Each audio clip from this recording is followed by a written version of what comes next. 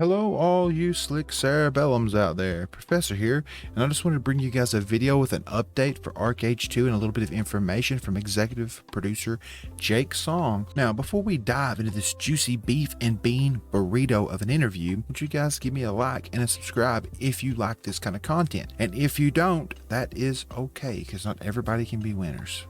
So as we know, about 5 days ago or a week ago, there was an Archeage 2 teaser trailer dropped on Kakal's website. They also dropped around the same time an actual interview with executive producer Jake Song talking about Archeage 2, and they revealed a little bit of information in that interview. So I am going to talk about them in the order that they came up in the video and just give my thoughts on it. So one big piece of information that they revealed almost immediately was confirming that Archeage 2 will be on both PC and console. And this is a big deal for console players because they don't get a lot of MMORPGs, and the ones they have aren't that great. So this is coming directly from executive producer Jake Song, that they intend to offer a non-linear, progression-based, seamless open world experience. Now this is pretty much in line with Archeage and what we've come to understand Archeage to be. He also talks about how Archeage 1 was really centered around the narrative was centered around a story that you would follow throughout leveling all the way up to, I think it was like 50 or so. You would follow this laid out narrative,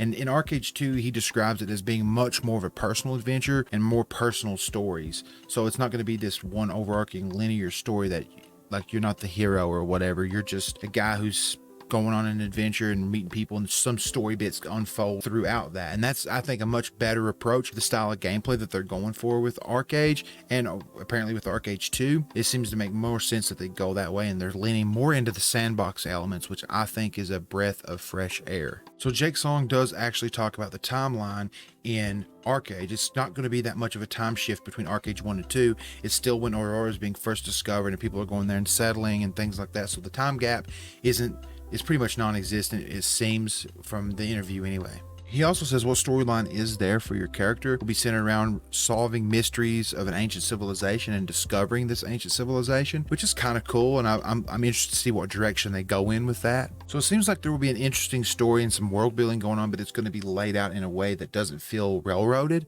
and that's perfect for Archeage, and I'm excited about that because I prefer that way. I prefer the stories to be spread out and maybe not necessarily you're not guided or railroaded into this story. You can kind of discover it, and that seems to be the vibes that I'm getting from the interview. And so it's just really interesting that they go that route, and I think it fits Archeage perfectly. So one thing that Jake actually acknowledges, and I'm glad he does, is that players loved the trade system. I think he's harkening back to the original trade system that Archeage had back at launch, which was great. Now, he also acknowledges that there are flaws in the system then, but there are also significant flaws in that system now. He specifically addresses the fact that they do want to enhance the trading system and make it better. He wants players to be able to do trade runs. He wants players to be able to do it either alone or in teams or even in raid groups. So it's really interesting to see how they're going to play the trade system out that way, because I think that is a good general philosophy to have. You should be able to do trades alone or with small groups or in big raids, and it should be balanced. I really loved doing trade runs and running trade missions and stuff. That was one of my favorite things to do, and everyone knows what the issues were with the trade, and so hopefully they can fix that, and hopefully they can improve upon the system, because the system itself isn't horrible, but there were issues within the system that weren't very good. That's a whole separate video if you want to get into the nitty-gritty of all that, but just safe to say that I am optimistic that they do know what the problems were and that they can fix them, because everybody knows what the problems were that played Archeage. He also talks about the housing system in Archeage 1 and how players really enjoyed it, and he wants to bring that to Archeage 2 as well, but enhance it, which it definitely needs. He wants to add more customization options to the housing.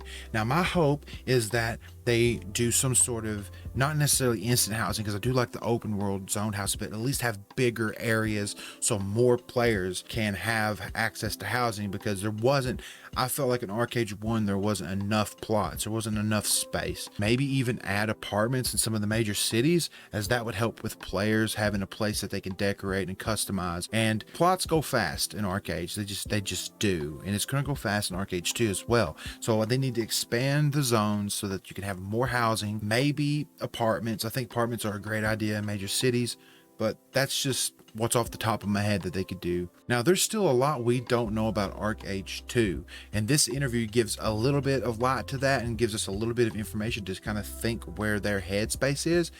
And their headspace seems to be, we're going to take Archeage 1, improve the things that worked, and trim the things that didn't. And that is actually a good philosophy, because Archeage 2 has a lot going for it, and it just needed certain things cut, really, and the game would have been great. And it seems like Archeage 2 is going to do that. It's going to cut the crap and keep what made Archeage good. That's exactly what they need to do with the sequel. They don't need to radically reinvent Archeage or reinvent the wheel here. Archeage, though, has great qualities about that game that are hindered by the problems it has. You trim those problems, Archeage is a fantastic game. And that seems to be exactly where the headspace is for Archeage 2, according to Jake Song. What do you guys think? Let me know in the comments about Archeage 2, what you've heard. And I'll post the video link in the description for this interview.